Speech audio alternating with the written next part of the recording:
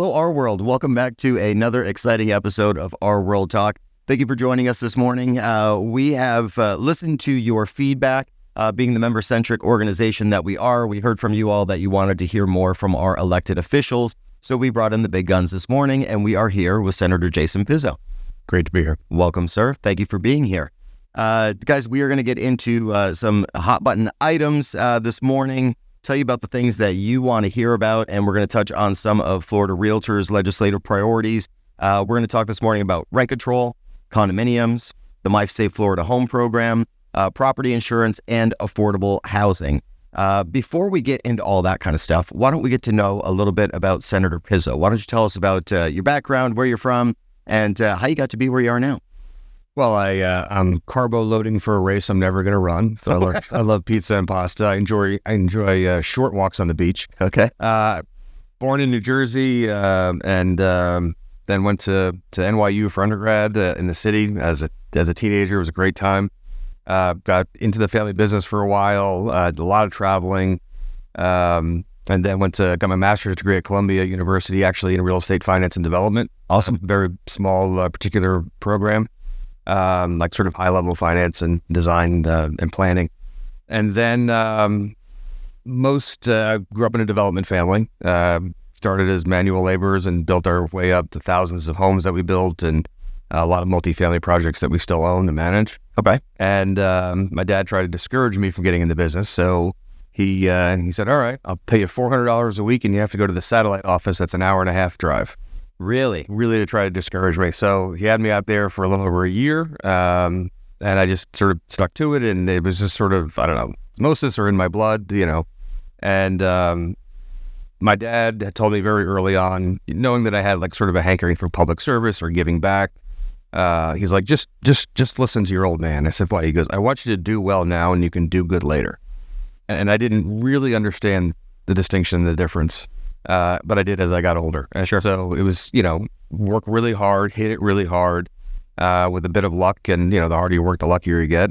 You'll enjoy some success. And then you can go do the things that, that are really in your heart and follow your passion. So he was right about a lot of things. And so at the age of 31, my brother and I, my older brother is 5 years older, we thought our dad was past peak in the business because at the end of 2006, he was calling a sharp downturn, imminent downturn in the real estate market. So we were sitting on about 4,000 single family lots. And he's like, listen, we're going to sell. Our cost basis was very low. The offers from the public companies were very high. This is when he turned into like an old Sicilian, shop owner. He's like, I don't understand it. These things don't pencil out. I don't have an MBA, but, and my brother and I are like, oh God, we're building homes. We're hiking prices 6 figures, 2-3 months into the job openings and stuff. And we're just thinking about, how much money we're going to make with our minor partnerships and these deals that my dad would bring us in on as we earned it, earned that position. And he was right. And we were closing tables with large home building companies. And I remember my dad asking, he's like, listen, just for my conscience, we paid this, you guys are paying this. How does this pencil out? And one of them from a very large home building company is like, Mr. Pizzo, we don't work on the margin idea that you do. It's not just about, we have to feed the machine and we need units closed and that's what the street wants. That's what Wall Street wants. Right. And he's like, all right, but for my conscience, this model just doesn't make sense and it's not something I would teach my kids. He was absolutely right. And he said, listen, for the next 36, maybe even 48 months, we're good. We have a war chest at this point. Go do what you want to do. Go follow your heart. Go travel. Go teach a class. Go study the stars. And I think I'm going to go to law school. And he's like, great. Boston, New York. I go Southern California or Southern Florida. So I applied to UM. I think it was the only place I applied to. Came down to visit and said hello at the admissions office. I didn't make it back to my rental car in the parking lot. They called me on my cell phone. They're like, can you come back for a second? They're like, we'd love to have you. Sort of a non-traditional student, 31. Right. Just had identical twin boys born in July of 06. So moved down here and just wanted to go to law school. Had no intention of practicing or even taking the bar exam in Florida. I was going to go back to the family business as things were improving. Right. And ended up getting the highest grade in criminal procedure. And someone was like, you really belong in a courtroom with your understanding of criminal law. I was like, what?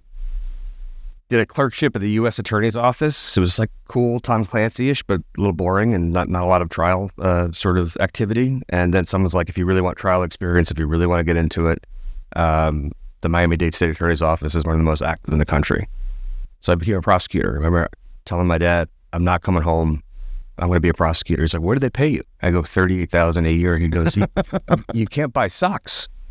And I said, Dad, you told me to follow my, he goes, I absolutely did. And I'm proud of you and go do it. So I was at the office for about 5 years and quickly rose up the ladder until I formed my own division at the tail end where I handled all the shootings and homicides of children.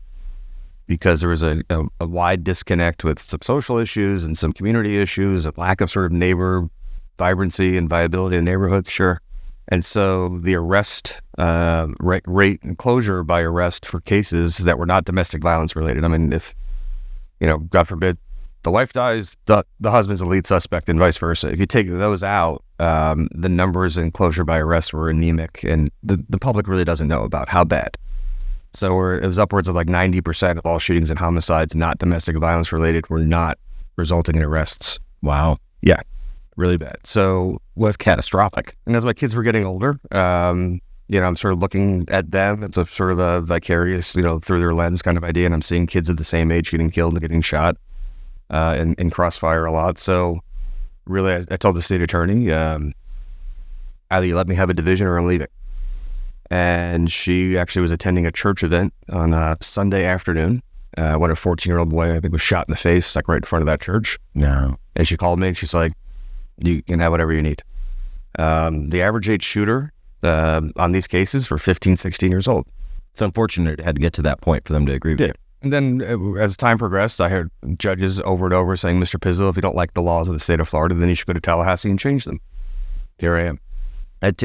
You hear a lot about when we talk to our elected officials, how they got to Tallahassee. And a lot of times it is one of those things where somebody said, if you don't like it, go up to Tallahassee and change it. And that's what typically ends up starting somebody's race. Yeah. We're certainly glad that you're there. You're a fantastic realtor champion. Obviously, the things that you've done with the prosecutor's office to really pave the way for great change throughout the state. So thank you for all that you've done. Let's get into some of the Florida Realtors priorities and some of the things that we know that you have worked on up in Tallahassee. Let's talk about rent control, because that was kind of something that just came up in presidential debate, where we had heard the president say, well, when I'm reelected, I'm going to talk. He had mentioned something about rent control, basically countrywide. And this had just come up recently in Florida. So we've historically maintained a very high bar for local governments to satisfy before passing any sort of rent control ordinance. But a few years ago, there was a county up in Central Florida largely bypassed the statutes and attempted to enact rent control regulations. Florida Realtors had jumped in. We initiated some litigation that ended up with an appellate court agreeing with us and validating the county's unauthorized efforts, actually. So you were vocal in Tallahassee and on social media about that county's sort of misguided tactics and strategies that they were using. Is that because rent control largely disincentivizes capital and then ultimately hurts the people that it's trying to help, which is our renters, or is there some other reason? It's actually incredibly counterproductive and to the detriment of trying to actually reach a solution. The Florida Realtors actually did a wonderful report that everybody should read. And some of my professors at Columbia or even from high school, my economics class would appreciate, the sort of cause and effect. Mine is much more visceral kind of reaction to it. And I'll tell you why. My dad started as a manual laborer. My grandfather was a house painter, and they worked for home builders and for garden apartment developers. And then my dad, when he met my mom, she sold her stock as a secretary in a utility company. And my grandparents took out a second mortgage. She bought one lot and went on his own, built one house, sold it. And she wouldn't let him blow any of the money on a vacation or anything new. She goes, now you buy two lots. And he just sort of kept that discipline. But in the earliest memories that I have, or when times were really bad. I mean, I kept clippings of some of my dad's developments that he had where interest rates were, we can lock you in a mortgage at 18.5%. Take advantage now, right? and I saw good times and bad. And when I was a freshman in high school, everything was great, and then all of a sudden it wasn't. And then sophomore year in high school, it was a sort of austerity measures that we put on ourselves. We were okay, but I saw these big ups and downs. And here's what I remember. I remember as a kid that there were such incredible vacancies, not even from the commercial side. We'll just talk about the residential side. There were incredible vacancies, let's say even in Manhattan, in New York City, and a lot in New Jersey and the suburbs that surrounded it. I remember developers offering like to put a car in the parking spot in order to incentivize a sale. I remember when we got in the multifamily business, and there were some times where we had to incentivize and the market wasn't great and the demand wasn't there. We had to offer 2 months, 3 months, 4 months free rent. Right. So here's my just real, non-complicated sort of position on it. And it's analogous to a number of other things in the real estate market, but it's principally this. And again, I have to attribute this to the sort of nurturing relationship that my dad had with his kids and teaching us things. If you want to put a cap on something, but you're not willing to go ahead and put a floor on something, then it's just not fair. And if you're not going to go ahead and allow risk to be rewarded, acting in good faith, working hard, right, but actually risking, right? So I can go ahead and take $1,000 and put it now in a savings account and earn a decent interest rate right now because rates are up. Or I can go for something slightly more aggressive to really aggressive, right? So if I take all of the money that my family has, all the savings that we have, and we go and we open a restaurant, that's a huge risk based on the attrition rate and how many fail in 6 months or 1 year, whatever. And if I go and do that, and then you tell me the limit to which I can charge for a steak or a cheeseburger, That's not fair. let the public decide. Sure. Let the public show that price resistance, whatever. But if I'm really good, if I make the best pizza, I mean, Lucali Pizza in Miami Beach or the Lucia's up in New Jersey, where I'm from, they could probably charge 3 times what they ask, and I would still pay for it because it's just so good. And I've had a lot of people that come to Tallahassee, that email, that call. They're like, "Why are you so against rent control?" And I remember having this one conversation in a room with about 30 people in Tallahassee in a conference room. I said, "Man, with all due respect, let me ask you a couple questions if you don't mind volunteering some information." She goes, "Sure." I go, "What do you do?" She's like, "I'm an artist." I go, "Great. What medium? Like painting, drawing?" She goes, "Painting." I go, "Awesome. If you paint a portrait or a picture, a piece of art, you want to sell those, right? And she goes, "Absolutely." I go, "Great." So all of a sudden I buy one of your paintings, right, for X number of dollars. And then I put it on my Instagram and people are like, "Oh my God, that's amazing. I want to get one too." Do you think if you're enjoying increased success, do you think, and you took the risk of not doing a safe job, your parents probably told you should, she goes, "Absolutely. They wanted me to be a lawyer or a doctor, whatever. Right. Art is my, I go, absolutely. Guaranteed paycheck. You take that risk and sacrifice, and probably, you're eating ramen noodles for a long time. You sell that one piece, you take off, it explodes, your popularity, people are appreciating it, your talent. And then someone wants to pay you $20,000 for a painting. Should the government come in and tell you how much you're allowed to charge for the sacrifice and the risk you took for the profession, passion, and whatever you followed? The answer is no. Now, in times of or states of emergency, I don't want to see bread doubling. I don't want to see water tripling. And Right. And that's enshrined in state statute about states of emergency and price gouging and all that stuff. But it's really just so incredibly simple. The same group of people that were in the room remember a time in Miami around 2009 into 2010 when nobody was renting, and there were huge vacancies in units for sale and for rent. Nobody was compensating landlords for a year's worth of vacancy, right? But they took the risk to go ahead and purchase the property, get the entitlement, do the development, be on the hook, probably on a recourse loan, right? Right. So I remember as a kid when we had dozens of houses sitting and not selling.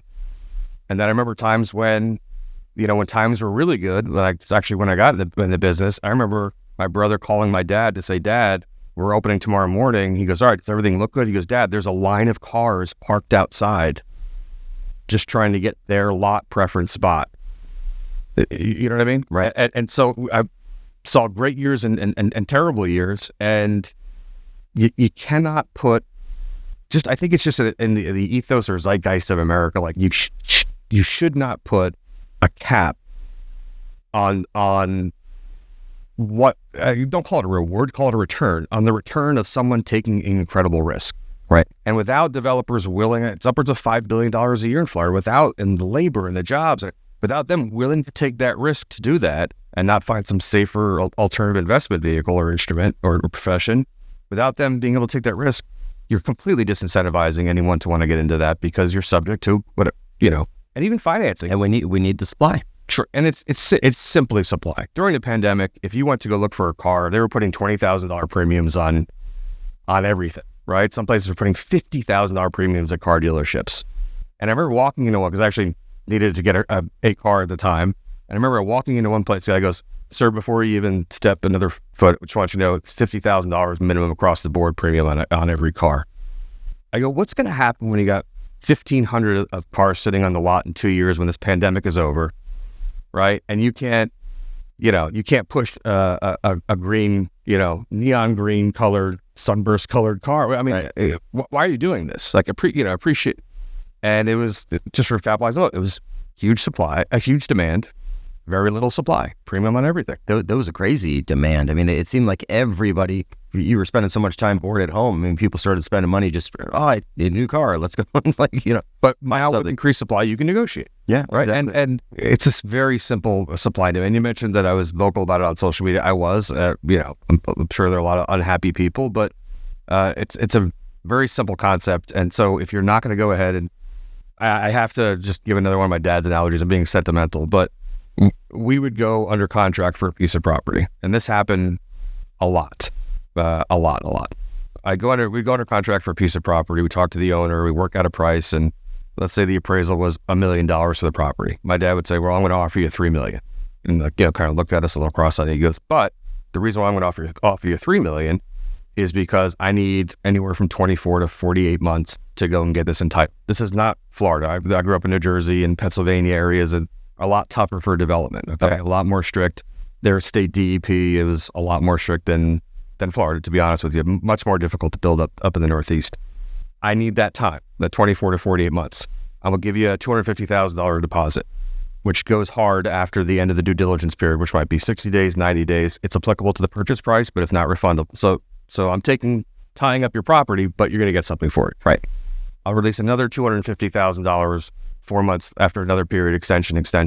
And then if we needed extensions, because sometimes approvals would take me, it was actually my job to do it on some multifamily stuff, 4 years, 5 years to get an approval.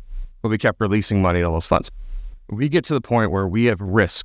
It's all risk capital. There's no guarantee we're getting any of that money back. Sure. Right? And sometimes we're talking millions would go out with no guarantee whatsoever. And years would pass, and there's carrying costs and all that. We would agree to pay this, and the property taxes, insurance, all of this stuff. Architects, engineers at the same time, lawyers are just churning away. And maybe we'd get to the finality at the 4-year mark, right? And now we close at $3 million. We used to get sued from sellers to say, and the basis of the theory of their case was the property's worth a lot more than it was when they went under contract and the agreed upon price. But we offered you a lot more money when we went under contract than it was worth at that. My dad's like, with all due respect, pre-litigation, he's like, that's called risk. Right? Yeah. So his argument would be very simple. He'd have to hire a lawyer for purposes of filing a notice and all that stuff. He's like, I want you to be very clear with the woman or the man in the black robe, right? Would the seller have compensated me had there been a downturn, blight in the community, and there was a downturn? Would they have kicked in at a discount for me and returned some of the? No. So again, it's sort of analogous, sort of to the rent control line. Right. Yeah. All of that risk. You would have bought that in 2006 and had a 2 to 4 year wait term on it. You absolutely lost some money. And sometimes by the time we got to the approvals and closing, the market had downturned. So we weren't, even when we were ready to put a shovel in the ground, the market wasn't there to absorb the number of units that we got entitled to build. Right. Wow. Huge risk. So let's talk about condominiums, because we're talking about building right now. It's been 3 years since the tragic collapse of Champlain Towers down in Surfside. So each year since then, the legislature has enacted a 100-plus page bill. primarily focusing on milestone inspections, structural integrity, the reserve studies, mandatory reserve fund, mandatory reserve funding. So the bills become fully effective later on this year, correct? Mm-hmm. Okay. So can you walk us through the legislature's consideration of those reforms and the difficult legislative balancing act that you guys have to play between the need for real reforms versus the impact that they're going to have, sometimes the unintended impact that they have on the cost of owning a condominium? Because we're seeing that, you know, the maintenance fees are going through the roof, fully funding reserves for a building that has really been putting off any funding for reserves for years and deferring a lot of maintenance. I mean, those costs are all hitting those owners now, and some of them unsuspecting. I mean, somebody might have bought the unit just a few years back thinking that they were buying into a healthy building, which unfortunately they were not, and now they're really feeling the pinch. Sure. So there's a few things to unpack in that point. The latest bill that we passed this past session, whenever you see just for those for civics lesson as it relates to state legislature, whenever you see an odd number, it's a House bill, or it'll usually be preceded by HB. This was 1021. If it's a Senate bill, it's usually an even number. So it's 1021 is the House version. I guess made it in messages or to the floor first, whatever. We took up the House bill, but a large principal chunk of that bill is a bill that I filed 5 years ago. Wow. 5 years ago, when interest rates were not north of 7%, when labor materials were a lot less, and both the commercial insurance policy for the underlying building and common area, as well as your individual HO6 condo policy, were a third of maybe what they are now, right? So it's become a tough love, expensive, I told you so. And I don't discount that people are freaking out. However, it needed to be done at some point. When I proposed this, I realized it was largely falling on deaf ears. People like things the way they were, status quo under that Florida statute, which is 718. And I was, acutely aware that of the 40 senators in the upper chamber of the third largest state in the country, I'm the only one that lives in a condo. That's a problem. So yeah, when you're trying to get a bill, it's easier to get a reaction at that time, or for something to resonate. If I was talking about agricultural equipment, if I was talking about roadways, or even the coastal areas, at least you can have a conversation. But the condo concept, I think, to a lot of my colleagues, still ingrained in them, and there are a lot of antiquated ideas about some things, some social and some physical and environmental, but they still considered condos as like a second or third home, sort of a luxury item, right? And not realizing that it's actually an affordable alternative for a lot of people. I mean, at the upper end, where I live in Sunny Isles, you have $40-50 million condos, but the largest amount of inventory are actually sort of at the lower range now. But the sort of dynamic behind condo living is you enjoy incredible benefits and economies of scale. You likely have a pool in your community that you would never have in your backyard of a single family home. Right. And you're chipping in to maintain it, and whatever, landscaping features there are, the service elevators, front desk person, at nicer places, with more amenities. Some places have valet, some places the gym, the party room, yep. All of that stuff that even somebody else cleans up. I mean, so people for years, for a generation or more, were enjoying all of that economy of scale and not assuming any of the burden. And there has to be a sort of a benefit and a burden thing. Now, you use the adjective sort of unsuspecting, right? So there's a little bit of caveat emptor of buyer beware. And I think realtors, better really than anybody else in the either during great times, irrational exuberance of picking up units and speculating and investments and all that stuff, even to the downtimes, realtors have been critical sort of go-between with getting people to rationally pace themselves and expectations about things. So I've had wonderful realtor experiences and some not so great, because when things are really busy, they can sort of take or leave you. But overwhelmingly, especially in Florida, more so than in some other states where we purchase real estate, they know sort of what to look for, right? So if they specialize in condos, they know that this place is this and this place. And it was Florida realtors that really educated me on a per square foot basis, the ratio for a maintenance fee. It's critically important. So I just got asked on the way up here. I was texted from a vice mayor of one of my 20 cities, asking if next week I'll go meet with residents who are representing like 500 units at one particular place in a particular city. Okay. So great. I said, what's the name of it? So I looked it up. And what I'm looking for is on the MLS, I'm looking for all the listings. And what I do is I go and I take the square footage of the unit and I'm looking at what their maintenance fees are. I take the maintenance fee and divide it by the square footage. Right. And I want to see 70 cents. Okay. 70 cents is healthy. When I see 40, when I see 42, and I'm going to a meeting of a bunch of angry people who probably want a generation of go slow, now hurry up, and they're getting a bloody nose and sticker shock from the price of things, right?